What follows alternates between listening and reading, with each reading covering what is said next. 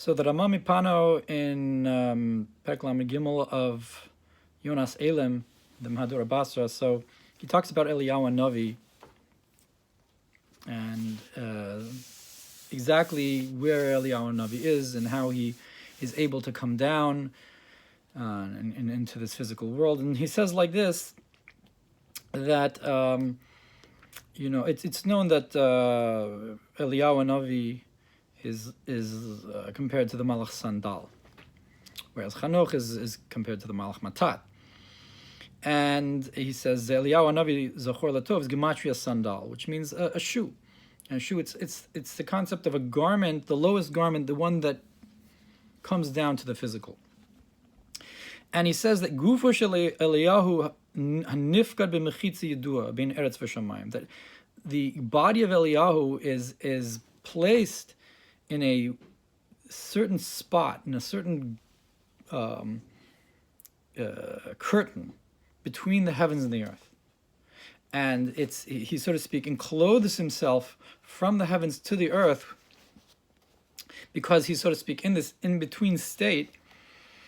And he does this in order to reveal himself to the Tzadikim in this world.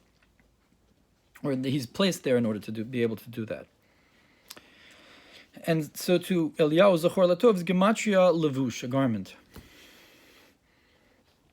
Furthermore, Eliyahu Hanavi was taken up in the wind to the heavens with a rechavesh and susayesh, with a chariot of fire and horses of fire. But basically, Bise'ara HaShamayim is the main concept, that Eliyahu was taken in a tempest to the heavens. Where was this? It was Be'ever HaYarden. It was on the other side of the Jordan, meaning not in Israel. Why was it not in Israel? Why did Eliyahu Hanavi go all the way over there to be taken to the heavens? And he says that it's because this is where Pinchas killed Zimri. This is where that whole Maisa happened in the Ever HaYarden with the Mijanim, and Pinchas killed Zimri, and he became anointed as a Cohen. So we know Pinchas is Eliyahu. And so Eliyahu's crowning, Eliyahu's appointment and crowning achievement, so to speak, was in this very spot. And this is where Pinchas was mekana for the Bris. This is where Pinchas was jealous for the holy Bris. And Eliyahu Hanavi also was jealous for the Bris. And this is where he, so to speak, went up to be the Malach HaBris. He came up to the heavens in order to fulfill Hashem's command that he should go to every Bris. And furthermore, this place, why in Ever HaYarden? Because it's not just outside of Israel. It's a memutza between Kedushas Haaretz and Chutz La'aretz. It's a in-between state between the holiness of the land of Israel and outside of Israel. And again, it's a concept of a garment, of an in-between state, just like the in between the heavens and the earth. This is also in between the land and the holiness of the land and outside of Israel. So this enables him as well to go not just in Israel, but to the entire world and fulfill his mission.